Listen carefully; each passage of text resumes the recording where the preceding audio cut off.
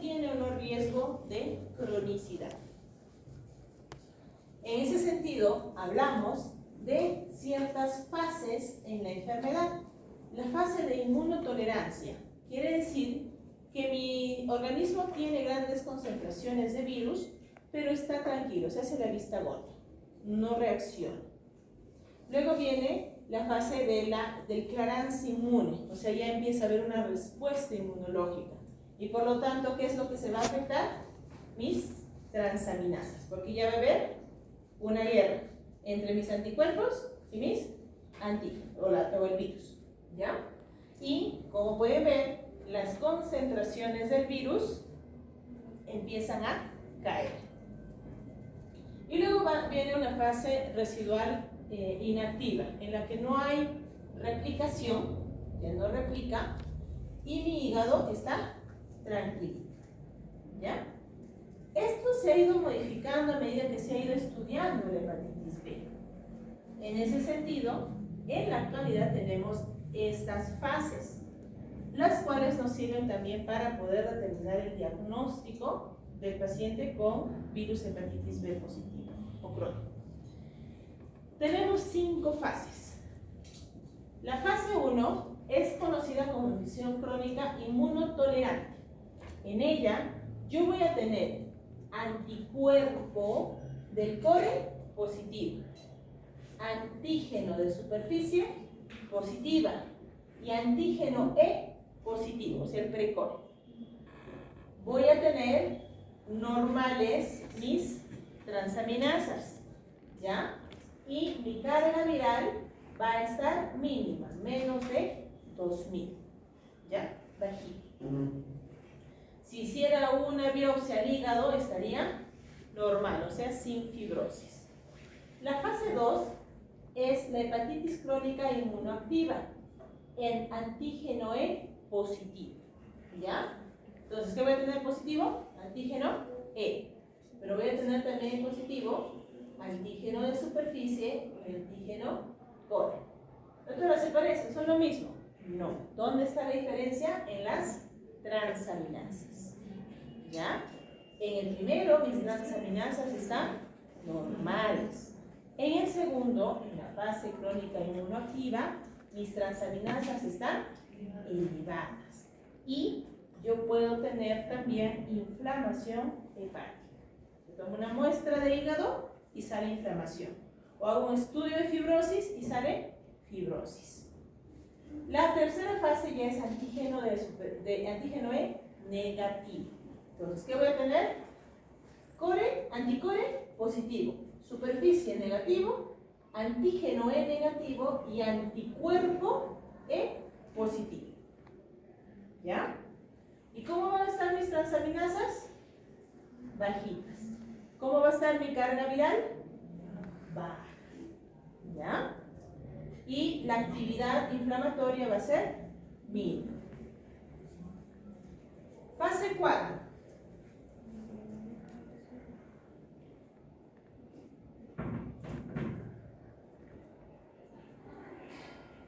En la fase 4 voy a tener hepatitis, antígeno E negativo,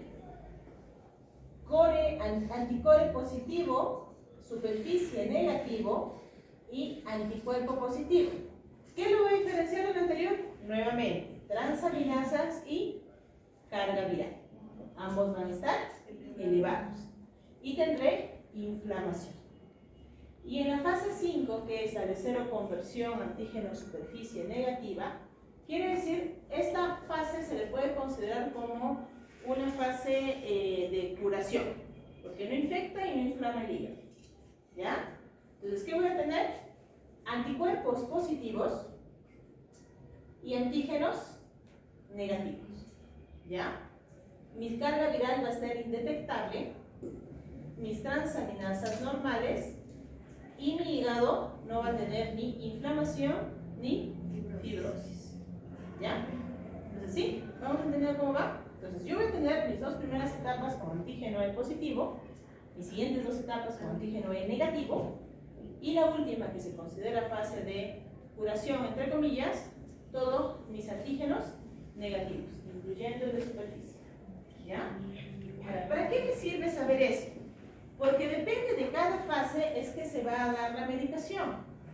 Cuando se encuentra, si yo diagnostico en la fase 1, o sea, una crónica inmunotolerante, solo se da tratamiento si hay embarazo. En cambio, si tengo una hepatitis crónica inmunoactiva o una hepatitis crónica reactiva con reactivación, siempre hay que dar tratamiento. Y si estoy en la fase 3, o sea, infección crónica, solo si hay inmunosupresión, o sea, quimioterapia, por ejemplo, o sea, confirmado cirrosis. Y en la fase 5, solo se da tratamiento si va a ser sometido a algún tipo de inmunosupresión.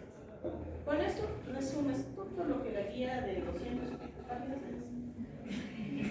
¿Ya? ¿Ahora qué le doy? Antivirales. Para hepatitis B, si bien es cierto el diagnóstico es un poquito engorroso, el tratamiento es más fácil. ¿Por qué? Porque solo tengo 3 opciones. Tengo 4 opciones de tratamiento. Ya, no tengo más. Entonces, la primera, la que se utilizaba bastante, es la interferón alfa, ¿ya? Pero en la actualidad tenemos otras presentaciones. Tengo entecavir, tenofovir, de tipo disoproxil y del alafeniladina. No necesito que se aprendan todos los nombres, solamente que sepan que existen, en cuanto a tratamiento para hepatitis B, interferón, entecavir y tenofovir, ¿ya? ¿Cómo y cuándo le doy? En el caso del interferón, es de administración subcutánea, ¿ya? Y en promedio de duración dependerá si es antígeno de superficie E, antígeno E positivo o negativo. En este caso se da por 48 semanas. En el entecavir se da por años, son de vía oral, y dependerá si es un paciente que recién lo he diagnosticado, o sea, NAIP, nosotros debemos decir NAIP nuevo, o que ya tuvo tratamiento y requiere de una segunda ciclo de medicación. En el caso del tenofovir, dependerá del tipo para ver la dosis y se da también por años. Todo lo que está de aquí para abajo es más o menos cuál es la estadística de respuesta que tiene cada uno de estos antivirales.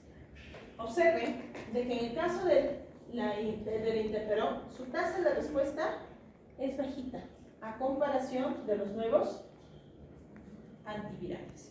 Es por eso que ya no se utiliza mucho el interferón y se está optando por usar los otros antivirales. ¿Ya? Muy bien. Entonces, si yo tengo hepatitis B crónica sin cirrosis, ¿qué es lo siguiente que evalúo? La carga viral. Mi punto de corte 2000, más de 2000, menos de 2000. Si es más de 2000, se evalúan los otros factores para poder iniciar tratamiento antiviral. Si cumple con inflamación o tengo fibrosis o algún grado de alteraciones en las transaminasas, automáticamente terapia antiviral. Pero si no tengo inflamación, se evalúan los otros factores de riesgo. Si es cirrosis, si va a estar inmunodeprimido, si está embarazada, etc. Pero si mi carga viral es menos de 2000, se hacen controles de transaminasas y carga viral cada 6 meses. En cuanto se altere, pasa a este cuadro. Si no se altera, está todo tranquilito, sigue el seguimiento. ¿Ya? ¿Qué pasa con la cirrosis? Si yo tengo cirrosis, independientemente a la carga viral, se da tratamiento. ¿Ya? ¿Sí? ¿Ya más claro? Sí. Bueno. Siguiente. Virus hepatitis B. El virus hepatitis C, perdón, ya es un ARN, ¿ya? No es ADN, es ARN. Se replica también en el hepatocito. Aquí puede tener reservorios en los linfocitos y en el sistema nervioso central. O sea, aparte del hígado, puedes encontrarlos ahí. Hay un paréntesis aquí antes de pasar a virus hepatitis C. Entonces, ¿se entiende por qué no se puede eliminar completamente la hepatitis B? ¿Ya? Porque tendrías que destruir a tu hígado. ¿Ya? ¿Dónde se está formando? En el hepatocito, en su núcleo. Y la única forma sería quitar el hígado. Entonces, como no puedes, damos tratamiento para que se mantenga inactivo. ¿Ya? En cambio, la hepatitis C podemos decir en la actualidad que sí se puede curar. ¿Ya? Es un ARN. Observen, esta es más o menos la forma que tiene en cuanto a su genoma el virus hepatitis C. Tiene la particularidad de que al ser virus ARN puede tener varios tipos, ¿ya?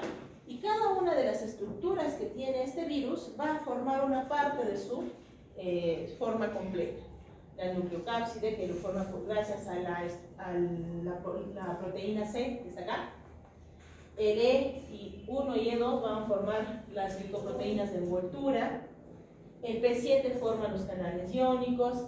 El NS3 forma el ARN helicasa, que es justamente lo que se va a introducir dentro del hepatocito. Entonces, ¿qué es lo que va a pasar? Igualito, ingresa el virus al hepatocito, se va a introducir en el sistema del retículo endoplasmático rugoso y ahí lo va a confundir para que empiece a formar estructuras que van a formar nuevos virus. ¿Ya? Pues ya no se va el núcleo, se va el retículo endoplasmático rugoso. ¿Ya? Entonces ahí lo podemos agarrar y estudiar. ¿Cómo diagnostico? Hacer ARN, voy a pedir anticuerpos, antihepatitis C. Pero ¿qué más voy a pedir acá? Voy a pedir la carga viral de ARN. ¿Cuánto de ARN hay? Y ahí falta uno más, que va a ser el genotipo. ¿Ya? Entonces, si yo pido la prueba de anticuerpo y sale negativo, no hay virus. Pero si sale positivo, se pide el PCR cuantitativo. Si es negativo, se busca por carga viral si hay o no el virus. Si sale negativo, solamente es seguimiento. Pero si sale positivo, hay que valorar si es candidato o no a tratamiento. Y si es candidato, ¿qué es lo que necesito? Carga viral y genotipo. ¿Por qué el genotipo? Debido a que la distribución de genotipo en virus hepatitis C es a nivel mundial. Y siempre debemos buscar el genotipo porque depende de eso el tipo de antiviral que le voy a dar. ¿Ya? ¿Cómo se distribuye? El tipo 1 es el más común, está distribuido en casi todo el mundo, pero hay algunos que, por ejemplo, el tipo 4 lo voy a encontrar más en la zona de Egipto, el 3 más en la zona del Mediterráneo y en adictos en drogas endovenosas. Entonces, dependiendo del lugar, yo podré buscar, ¿ya?, cuál de los genotipos es. Perú y Colombia comparten el tipo de genotipo, que es el 1, es el más frecuente en nuestro país. Si distribuyéramos a nivel del mundo, observen, el genotipo 1, que es el de rojito, es más frecuente en nuestra zona. ¿Ya? Entonces, yo debo esperar que mi genotipo salga 1. ¿Se puede ser A o puede ser B? ¿Ya? Entonces, como ven acá, dependiendo del genotipo, yo podré usar algún tipo de antiviral. ¿Ya? Y a diferencia de la hepatitis B, que es engorroso diagnosticarla, pero fácil tratarla, en la hepatitis C es fácil tratarla, pero bien engorroso. Fácil detectarla, pero bien engorrosa tratarla. Porque no solamente va a depender del genotipo, sino también si es por primera vez, si ya tuvo tratamiento de hepatitis C, si está asociado o no a cirrosis y si hay o no algún tipo de comorbilidad asociada a la infección de hepatitis C. Entonces ahí lo vuelve un poquito más complejo el tratamiento para hepatitis C. Lo bueno de nuestra época es que se han logrado medicamentos pangenotípicos. ¿Qué quiere decir? Que pueden actuar en todos los tipos. Uno de ellos, por ejemplo, es esta, Epclusa, ¿ya? Ese es su nombre comercial. Y es una combinación de sofosbuvir con bentapazvir. ¿Ya? No necesito que se aprendan los nombres.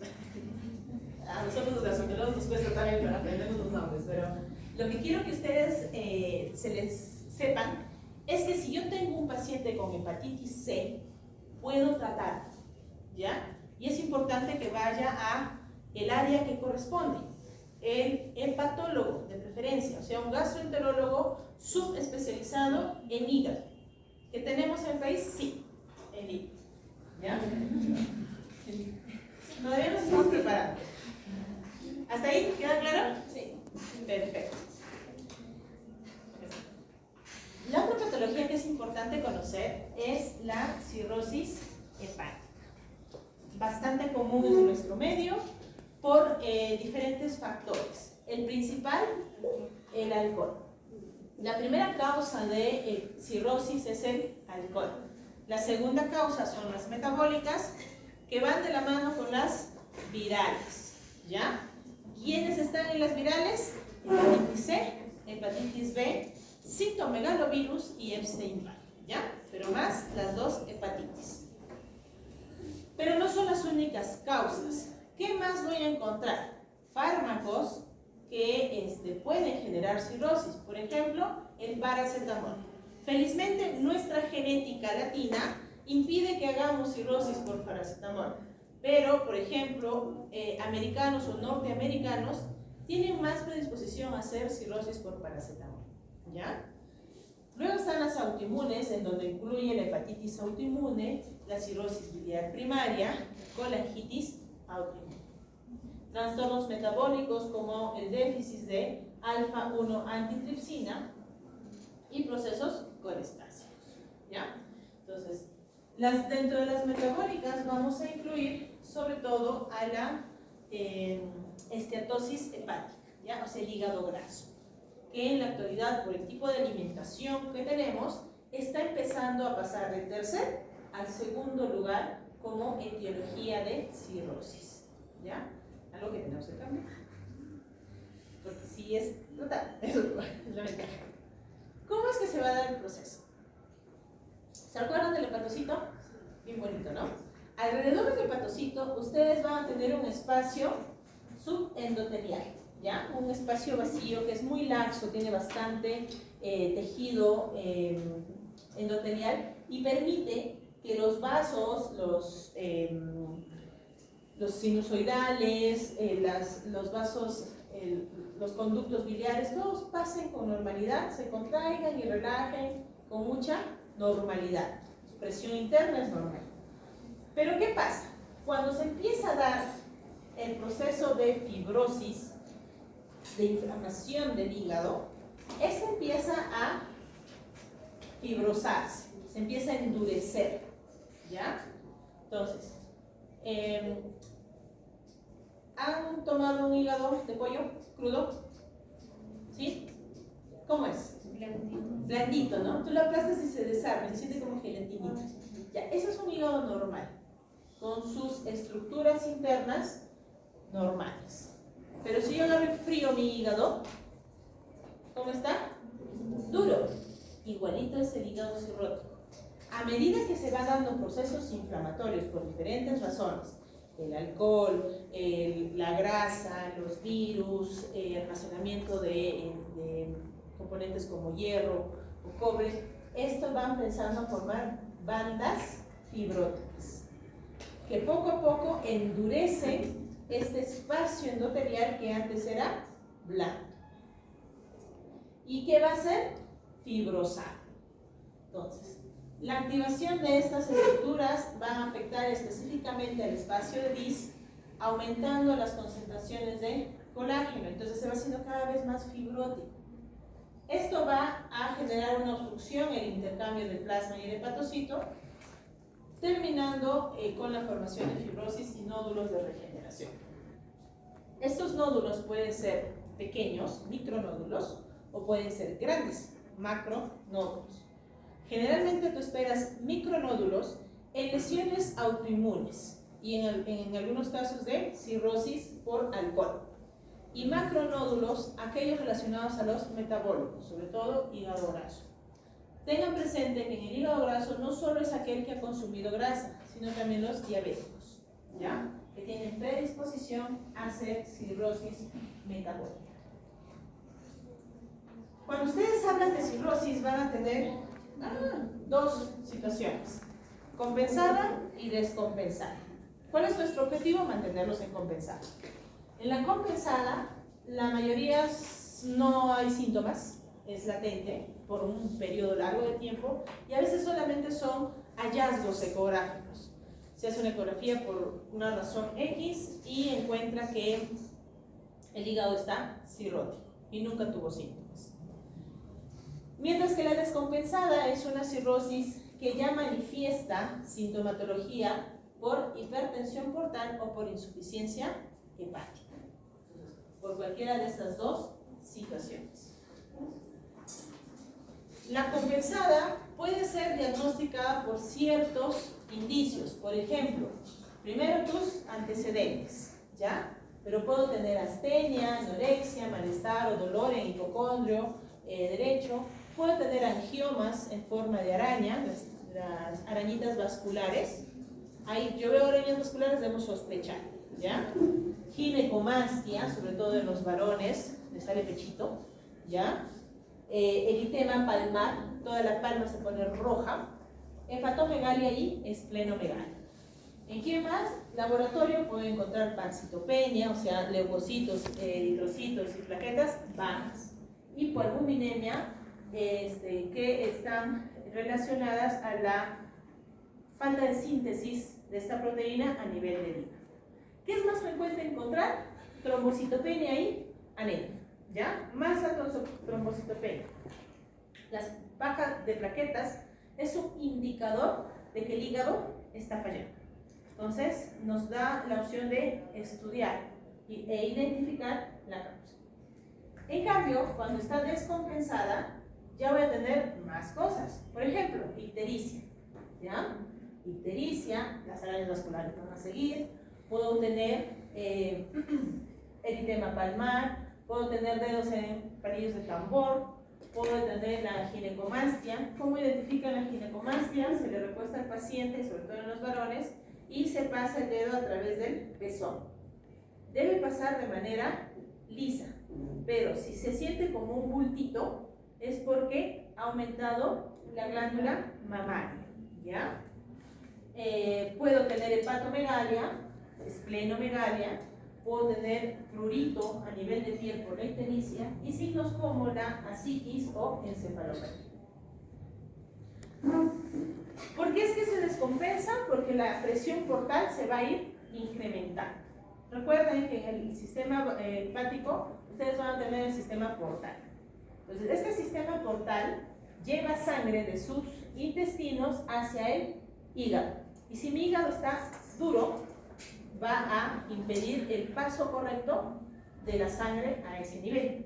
¿Qué es lo que va a generar? Aumento de la presión a nivel del sistema portal, que hace que regrese la sangre, se aumente la presión y se dilaten ciertas estructuras, como por ejemplo vaso, se formen varices, se dé la ascitis. Entonces, ¿qué va a haber? Al haber la hipertensión portal, voy a tener una vasodilatación esplácnica y sistémica. Al tener esta vasodilatación esplácnica, mi organismo va a tener la falsa idea de que está hipotenso, ¿ya? Que no hay mucho fluido.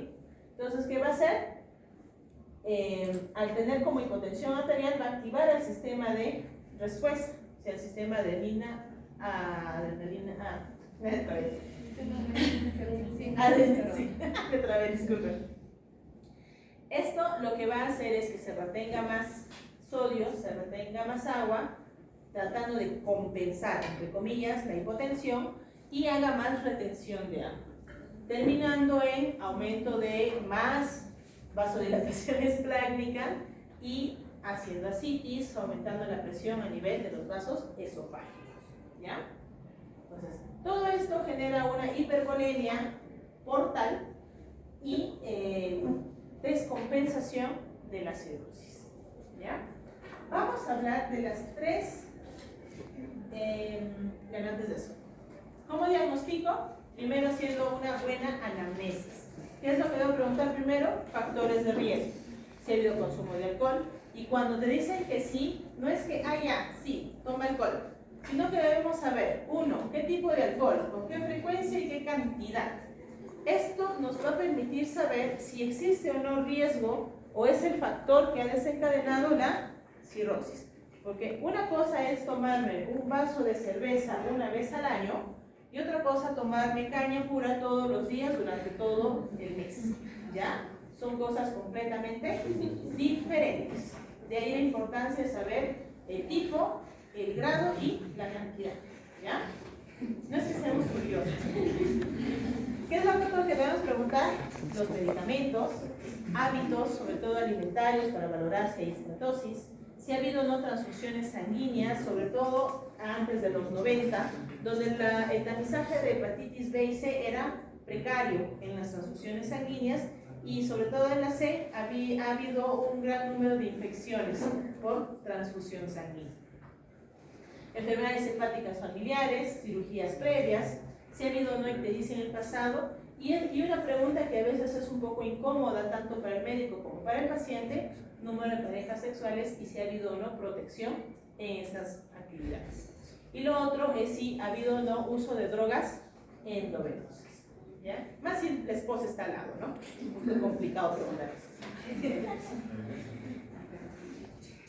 Ahora, la cirrosis descompensada se va a dar cuando aparece una de estas patologías.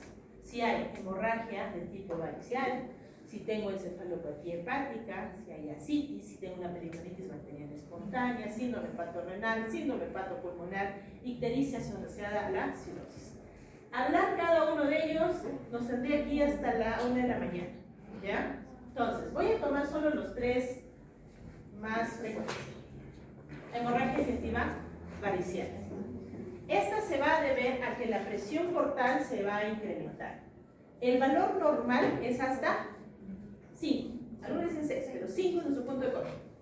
Sí, a partir de eso ya decimos hipertensión portal. Pero de 6 a 10 es una hipertensión portal asintomática, por decirlo así. No nos va a generar ningún compromiso. A partir de 10 empieza la formación de las varices. Y el sangrado generalmente se da a partir de 12. ¿Ya?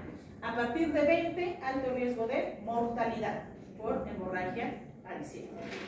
Entonces, al incrementarse la presión dentro de los vasos desplácnicos, estos dilatan las venas del esófago y también del estómago. ¿Ya?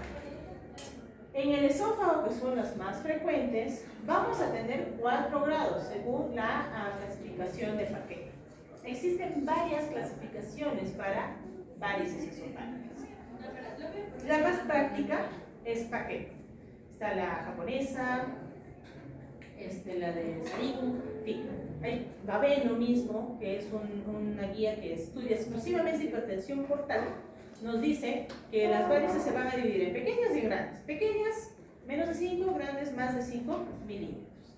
Pero no solamente es eso, sino que tenemos que ver qué tan incurgitadas o qué tan gorditas están nuestras varices. Y para eso nos sirve más Paquet. ¿Ya? En el estadio 1 vamos a ver la dilatación, pero al momento de que con el equipo de endoscopía ponemos aire, esta se aplana, ¿ya? Y desaparece. Grado 1. El grado 2 se ven gorditas, insuflo y no desaparecen completamente. El grado 3, así insuflo, no van a desaparecer y ocupa menos del 50% de la luz total del esófago. Y el grado 4 ya ingresas y lo único que ves es varices, que ocupan más del 50%. Estas tienen más riesgo de sangrar. ¿Ya? ¿Qué más se evalúa? Eso sí no lo incluye Paquet, lo incluye la japonesa. Signos de posible sangrado, por ejemplo, puntos rojos. Estás bajando por las varices y se ven como unos chuponcitos rojos. Esos son riesgos de sangrado. ¿Ya? Y por otro lado tenemos a nivel de estómago, 2 tipos. Las esófagogástricas, ¿ya?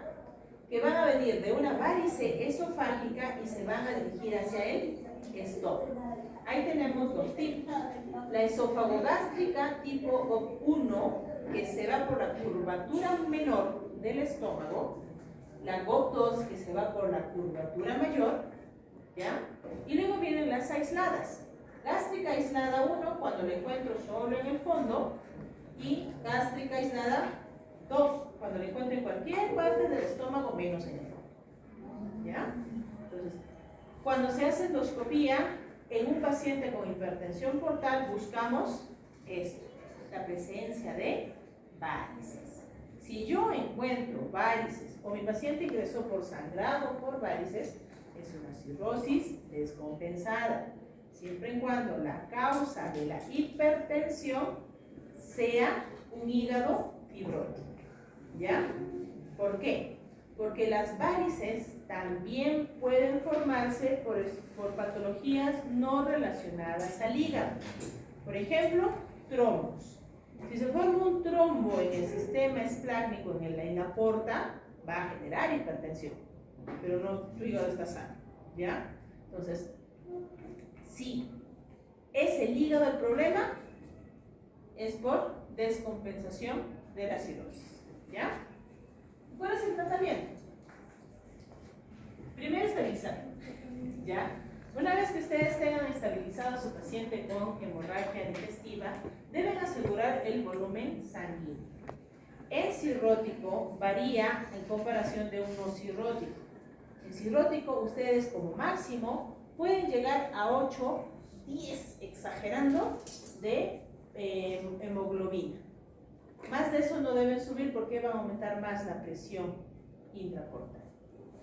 Y lo otro es que debemos hacer un tratamiento endoscópico con ligadura de varices con banda elástica. ¿Ya? Entonces, ¿qué se hace? Como ven en la imagen, esta es la punta del endoscopio, tiene un sistema de ligas. Lo que se hace es aspirar la varice dentro de este tamborcito y soltar una liga y termina así. ¿Ya? Esto estrangula a la varice e impide que siga creciendo y sangrando. ¿Ya? Esta liguita cae sola, se forma una cicatriz que, como ha roto la varice, impide que siga creciendo. ¿Ya? Paralelo a esto, se da un vasopresor. En el caso de hipertensión portal o sangrado por varices, utilizamos 3 medicamentos: octreotide, terlipresina o somatostatina. Estos han demostrado, uno, disminuir el riesgo de resangrado y mejorar el pronóstico de vida del paciente con cirrosis. La desventaja es, 1, el tipo de administración, y 2, que son medicamentos bien caros y difíciles de encontrar con facilidad. Tengo entendido que Salud tiene octreotide, pero Minsa no tiene ni octreotide ni terlipresina, entonces estamos fritos. ¿Ya? Ahora, al alta, si ustedes ya saben que es un paciente con varices esofágicas, este paciente se debe ir con beta bloqueantes. ¿Hasta cuándo? Como le dije, de por vida, ¿ya? A menos que haga algún tipo de reacción adversa. Si no, el paciente con varices esofágicas o hipertensión portal se va con medicación de por vida. ¿Ya? Propanolol o carvedilol. Ya. Encefalopatía. Segunda patología frecuente en cirrótico. Este se da por un daño a nivel del sistema nervioso central. Entonces, recuerden que su hígado es un filtrante, un desintoxicador de su organismo. Entonces, ¿qué va a pasar? Va a haber un incremento de la amonía. Entonces, va a haber más amonio en mi sangre. Y al final, todo lo que este cuadro quiere decir es que va a haber un incremento de la glutamina. La glutamina a nivel de los astrocitos y neuronas es tóxico. Entonces, lo va a inflamar. Al inflamar nuestro cerebro, dará como resultado síntomas neurológicos. ¿Cómo evalúo a nivel de encefalopatía? De acuerdo al estado o el deterioro nervioso que va a tener el paciente. ¿Cómo lo clasifico? Hay 2 clasificaciones. La primera es dependiendo de qué cosa lo descompensó. Entonces tengo tipo A, B y C. El A, cuando se trata de una falla hepática aguda. El B, cuando está asociado a derivaciones portosistémicas. Y el C es el que está relacionado con cirrosis e hipertensión portal. Entonces, ¿en cuál de ellos estaría el grupo de cirrosis? En este, ¿no? En el C. ¿Ya? Y lo otro que se va a evaluar es el tiempo en que ha aparecido esta encefalopatía. Si es episódica, si es persistente o es mínima. Episódica cuando ha presentado un episodio muy eventualmente. Persistente cuando en menos de un año se ha presentado más de 3 veces encefalopatía. Y mínima cuando necesitas de test neurológicos para poder diagnosticar. Y lo otro que se evalúa es si es precipitada, recurrente o espontánea. Precipitada si algo generó la encefalopatía. Por ejemplo, una infección que terminó haciendo encefalopatía. O una hemorragia digestiva que termina siendo encefalopatía por la degradación de sangre a nivel del intestino. Recurrente cuando se repite varias veces. Y espontánea cuando no tiene ningún agente que lo haya descompensado y aparece la encefalopatía. ¿Ya? ¿Y cómo voy a medir los grados? Con esta escala, Westphal. ¿Ya? Westphal es la escala que utilizamos para valorar la encefalopatía hepática. Va del 0 al 4. 0 es todo normal, o sea, ahí hablamos de un mínimo. 1 en el que va a haber un patrón de sueño invertido, o sea, duerme de día y está despierto durante la noche. Va a haber alteraciones en cuanto a cálculos y la atención. Puede haber euforia, irritabilidad. Hay o no, más o menos, asterexis. En el 2 ya hay letargo y algo que va a caracterizarlo es que va a tener asterexis. En el severo ya el paciente entra en estado de estupor o somnolencia y ya no solamente va a haber asterexis, o no va a haber asterexis, pero sí va a tener Babinski positivo, clonus y rigidez. Y en el 4 llega en coma. ¿Ya? Llega en coma, va a haber midriasis, no va a haber respuesta al dolor. Entonces, este paciente, si yo tengo el antecedente de que es cirrótico, debo pensar que es una encefalopatía hepática grado 4. ¿Ya? ¿Quién se hospitaliza y quién se va a casita? El 1 se va a casa. ¿Ya? Se le da tratamiento ambulatorio y se va a casa. El 2 dependerá de cada caso, ¿ya? Si es, por ejemplo, un precipitado que tiene una infección urinaria, tendré que tratar la infección urinaria, que probablemente es mejor hacerlo hospitalizado. En cambio, el 3 y 4 ese se queda porque se queda, ¿ya? No pueden darle de alta a un paciente con somnolencia y encefalopatía. Y el otro que se queda hospitalizado es aquel paciente que ha hecho por primera vez encefalopatía hepática, ¿ya? Porque hay que hacerle todo el estudio correspondiente a esta patología. ¿Cómo lo trato? Al ser el estreñimiento una de las primeras causas de encefalopatía, tratamos el estreñimiento y lo vamos a hacer con disacáridos no absorbibles, la lactulosa, ¿ya? Esta se va a dar o por vía oral o por enemas. Los enemas son con 200 mililitros de lactulosa. Entonces, ¿qué haces? Agarras un frasco de lactulosa, puedes mezclarlo con un poco de agua o sin agua y a través de una sonda rectal se va hacia adentro. Haces retención y luego va a defecar. ¿Pero qué vas a buscar con esto? Disminuir las concentraciones de amonio, ¿ya? Y la vía oral tiene como objetivo principal que la persona haga deposiciones de 2 a 3 veces al día, pero que sean deposiciones blandas, no diarrea. Si hace diarrea tienes que bajarle la dosis, ¿ya? El objetivo cuando es encefalopatía es que no haga diarrea, ¿ya? Sino que sean blandas. Si con 10 hace blandito, nos quedamos con 10. Si no, aumentaremos a 20, a 30, hasta que haga el efecto que esperamos, ¿ya? Y lo otro está tratar la infección. Ahora, aquí en paréntesis. Actualmente tenemos una segunda opción de tratamiento que son la rifaximina y también la osclola, ¿ya? Estos permiten actuar sobre la encefalopatía. En el caso de la rifaximina, estabilizando las concentraciones de bacterias intraintestinales y de esa manera disminuyendo la formación de amonio. Se da en dosis de 1200 miligramos día. La presentación de la rifaximina es de 200 miligramos y de 550. Entonces, o le das 2 tabletas de 200 cada 8 horas, o le das una cada 12 horas de 550. Por lo menos 7 días. ¿Ya? De ahí, ¿qué cosa más tenemos que hacer? Si está deshidratado, corregir las alteraciones hidroelectrolíticas, y si hay hemorragia, tratarla con eso. Otra de las causas de encefalopatía van a ser justamente eso: hiponatremia, hipernatremia, que pueden llevar a la encefalopatía. Y por último, la citis. La citis es líquido en la cavidad peritoneal. Esta igual se va a formar por la dilatación esplácnica, que va a haber un aumento de la presión vascular en esta zona y formación de linfa, lo que terminará en el peritoneo formando la ascitis.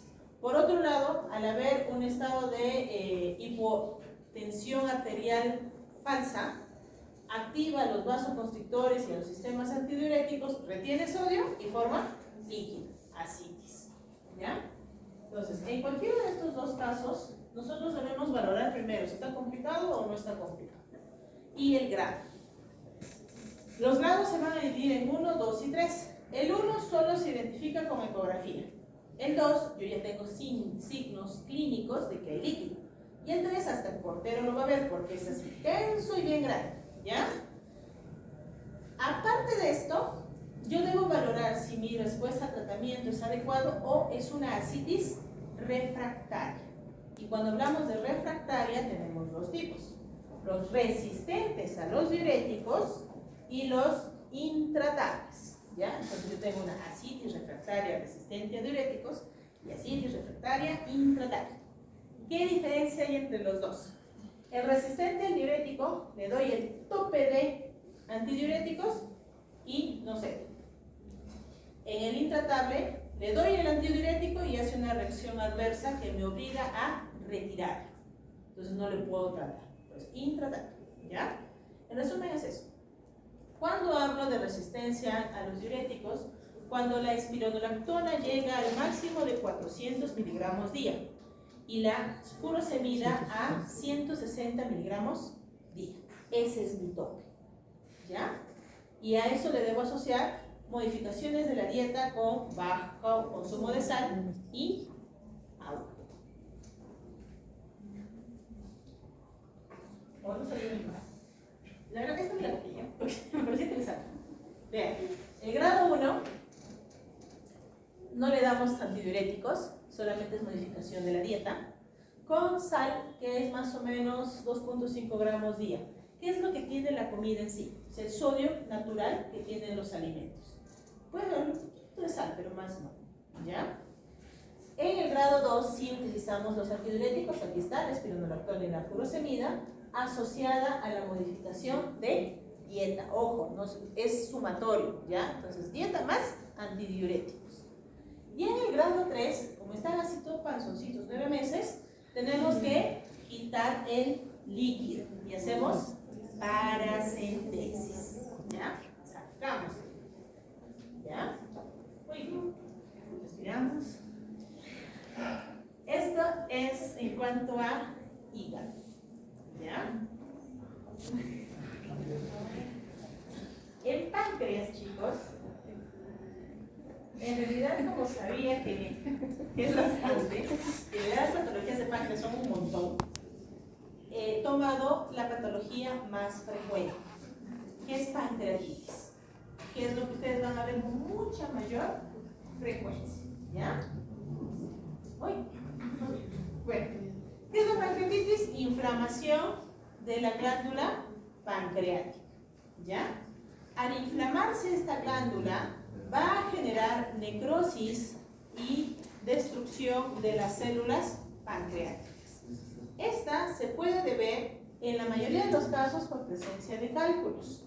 ¿Por qué? Sale el cálculo, obstruye el conducto de salida del conducto de Wilson, que está junto con el colédoco, y hace que las el contenido pancreático ya activado regrese hacia el páncreas, generando la destrucción o inflamación del mismo.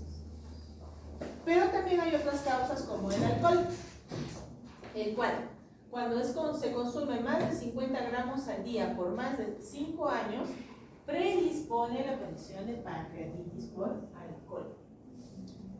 Otras causas son medicamentos como la 6-mercaptopurina, la satropina, que son los que más se han descrito, hacen pancreatitis. Infecciones como parásitos de tipo Ascaris lumbricoide y fasciola hepática. Pero también aquí vamos a considerar algunos virus, por ejemplo, el virus de la papera, ¿ya? Este virus afecta tanto a las glándulas parótidas, la parotiditis, pero también puede afectar a las glándulas pancreáticas, ¿ya? Y haces tu parotiditis con pancreatitis, ¿ya? Y eso no es agradable. Metabólicas como la hipertrigliceridemia primaria y otras como las neoplasias. En las neoplasias se debe considerar uno al cáncer de páncreas como tal, pero también aquellas que van a generar obstrucción de la salida del conducto de Wilson. Por ejemplo, ampulomas, cáncer de duodeno, en segunda porción de duodeno, que van a hacer el mismo efecto que el cálculo, obstruir. Entonces a veces no debutan por el cáncer, sino debutan por la pancreatitis. Y en el proceso se descubre que tenía un ampuloma. Tuvimos un caso, me acuerdo mucho, joven, 22 años, pancreatitis, estudios, ampuloma. Entonces, la operaron, sigue viva, eso es lo bueno, ¿ya? ¿Cómo lo vamos a clasificar? Por el tiempo. Decimos que es precoz cuando es rápido, menos de una semana, y tardía cuando es más de una semana. En este caso, vamos a ver sobre todo esta separación de precoz y tardía para valorar sobre todo sus complicaciones, ¿ya? Aquí las complicaciones pueden darse alrededor del páncreas y en el páncreas, ¿ya? Entonces puede haber líquido alrededor del páncreas o puede haber necrosis, muerte de células dentro del páncreas, en la fase aguda. Y en la fase crónica se puede formar un absceso o se puede formar pseudoquistes como complicación tardía, ¿ya? De acuerdo a la gravedad vamos a tener leve, moderadamente grave. Esto lo vamos a ver ahorita.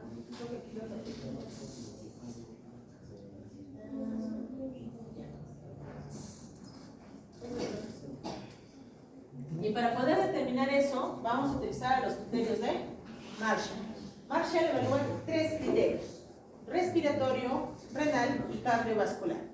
La falla de cualquiera de ellos indica que es grave, que hay gravedad, ¿ya? Una insuficiencia orgánica se va a dar con un Marshall superior a 2, ¿ya? Y cuando hay necrosis pancreática, el Marshall incluso puede subir más. Y esto va a depender sobre todo del tamaño de la necrosis. Cuanto más grande la necrosis, más severo es la pancreatitis. ¿Cómo lo diagnostico? Con esto. 2 de 3 criterios. La clínica compatible con pancreatitis, que es un dolor en faja, astringente, o sea que la persona se dobla, puede haber náuseas, puede haber vómitos. ¿Qué más? Respuesta serológica, que tenga amilasa o lipasa elevada 3 veces el valor normal superior y presencia de imágenes compatibles con pancreatitis. En las imágenes podemos utilizar ecografía, tomografía y en algunos casos resonancia, ¿ya? ¿Cuándo usar tomografía? La ecografía lo podemos usar en todos los centros hospitalarios, es un estudio de fácil acceso, pero sí recuerden siempre es operador dependiente. O sea, depende mucho de la experticia que tenga el radiólogo. Pero, ¿pediremos tomografía a todos los pacientes con pancreatitis? No. Se pide solo si yo tengo un diagnóstico no claro, o sea, tengo duda en mi diagnóstico, no hay mejoría clínica dentro de las 48 y 72 horas de iniciada mi terapéutica, o tengo sospecha de complicaciones y voy a evaluar estas complicaciones. En ese caso, tiene una sensibilidad de hasta más del 90% para poder diagnosticar ello. Entonces, ¿qué voy a encontrar? ¿O qué debo buscar? La celda pancreática. A todo esto, anatomía. ¿Dónde está el páncreas? En la celda pancreática. ¿Dónde está esto? ¿Está adelante? ¿Está atrás? Es retroperitoneal, ¿ya? Entonces, al ser retroperitoneal y yo ver mis imágenes tomográficas, no voy a buscar hacia adelante, tendré que buscar hacia atrás. Entonces, ¿qué voy a buscar? El páncreas generalmente tiene forma de renacuajo, ¿no? Cabecita, cuerpo y cola. Pero cuando se inflama, pierde esta estructura. Entonces, pueden ver acá, bien gordito, ¿ya? O acá, aquí ya hay aire dentro del páncreas. Es indicativo incluso de que la necrosis ha sido tanta que puede haberse infectado. Y aquí es donde interviene Atlanta. Atlanta va a clasificarlo en pancreatitis leve, moderadamente severa y severa. Estos criterios los utilizamos tanto en cirugía, en UCI, como en la parte clínica, ¿ya? Cuando tengo pancreatitis leve, ninguno de mis órganos tiene falla, ¿ya? Y tampoco hay complicaciones sistémicas o locales. O sea, sistémicas me refiero a falla respiratoria, cardíaca, renal, que tenga, por ejemplo, que tenga local líquido libre alrededor del páncreas o tenga algún grado de necrosis. En la pancreatitis moderadamente severa va a haber falla de un órgano, pero esta se va a resolver en menos de 48 horas. O pueden estar presentes complicaciones locales. Y en la pancreatitis severa va a haber falla de órganos persistentes por más de 48 horas, con falla de un órgano o falla de varios órganos, ¿ya? Entonces, con todo esto, yo podré decir si mi paciente es una pancreatitis leve, moderadamente severa o severa. ¿Qué otra cosa me va a ayudar a determinar el grado de severidad de mi pancreatitis? Los scores. Los más utilizados, Ransom, VISA. También tenemos Apache, ¿ya? Es mucho más complejo y lo utilizamos más en UCI, ¿ya? ¿Qué me pide Ransom? Ransom me pide valoración al ingreso y a las 48 horas. ¿Qué pedimos ahí? Leucocitos, vemos la edad, si la glucosa está elevada, marcadores hepáticos como ST y LDH. Y pasadas las 48 horas, para poder completar el Ransom, pido lo demás. Hematocrito, el humus, la urea, calcio, la presión de oxígeno arterial, o sea, debo tomarle un AGA, déficit de base y la necesidad de líquidos. Dependiendo del número que me salga en mi score, yo diré es alta mortalidad o baja mortalidad. Entonces, ¿cuál es mi punto de corte? 3. Si es menos de 3, baja mortalidad. Si es más de 6, es alta, más de 40. Si está en el intermedio, es intermedio, ¿ya? No es mucho. En cambio, en VISA es mucho más fácil de utilizar, sobre todo en la emergencia, porque por ahí es donde generalmente ingresan las pancreatitis. ¿Por qué? Solo necesitas saber el boom, o sea, urea, si hay alteración del estado del sensorio, si tienes respuesta inflamatoria sistémica, leucocitos más de 10.000, menos de 4.000, PCR elevado, fiebre, edad mayor de 40 y si hay o no efusión pleural. Entonces, aquí que valoro, tu punto de corte va a ser 2. Menos de 2, baja mortalidad. Mayor de 2, o sea, más de 3, alta mortalidad. ¿Y para qué me va a servir eso? Para ver dónde lo pongo. Si se va a una sala de hospitalización común o tiene que entrar a UCI o intermedios, ¿ya? Para eso me sirve hacer los scores de ingreso. ¿Y el tratamiento? El tratamiento tiene 3 pilares: hidratación, analgesia y nutrición. una pancreatitis bien hidratada no se complica, ¿ya?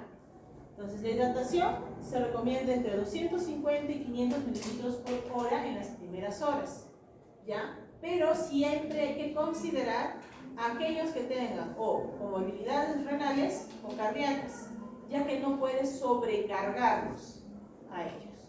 Y tendrás que valorar utilizar dosis más bajas. ¿Cómo sé que mi hidratación está yendo bien? Porque cumplo con mis objetivos.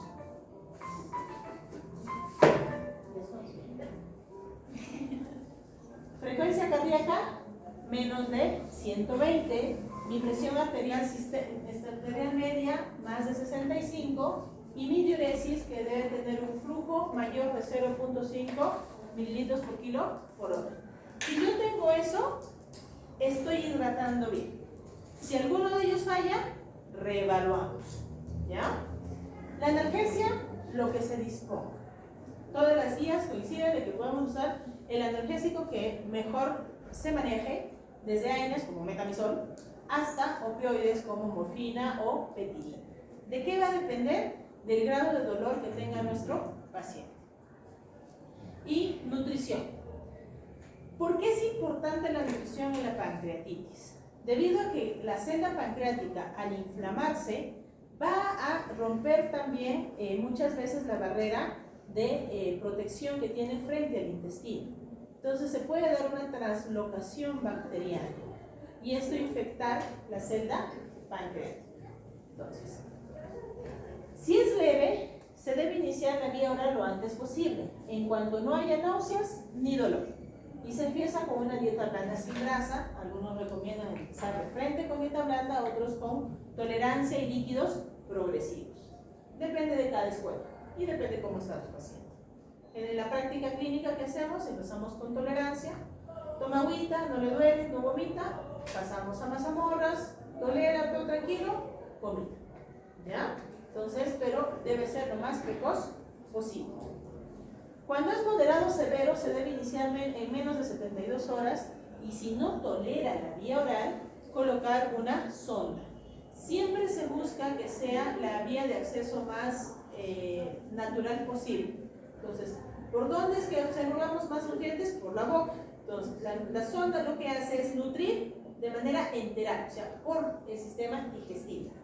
Pero si es imposible o no hay tolerancia de la vía enteral, pasamos a la parenteral como última opción. ¿Ya? Y creo que con eso, sí. Ahí lo